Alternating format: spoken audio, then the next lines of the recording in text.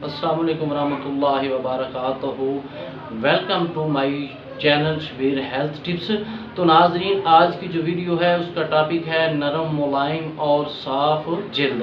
नाजरीन, वीडियो शुरू करने से पहले मैं आप दोस्तों से इल्तमास करता हूँ, आप हमारे YouTube channel Shabir health tips को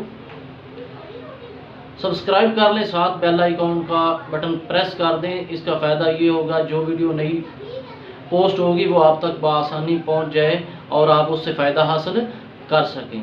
तो चलिए अपने टिप्स की तरफ चलते हैं। आज का कौन सा टिप्स है? साफ़ और मुलायम जिल्द के लिए 2 अदद बादाम लेने हैं।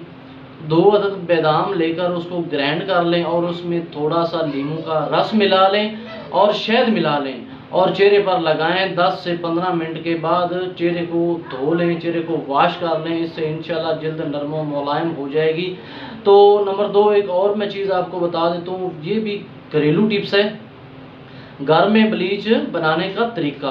तो घर में जो बेसन मिल जाता है, अक्सर घरों में बेसन में दही भी घर की चीज़ है, बेसन में दही मिक्स करके इसको चेहरे पर लगाएं बतौर ब्लीच, अपने चेहरे पे ये काम करेगा।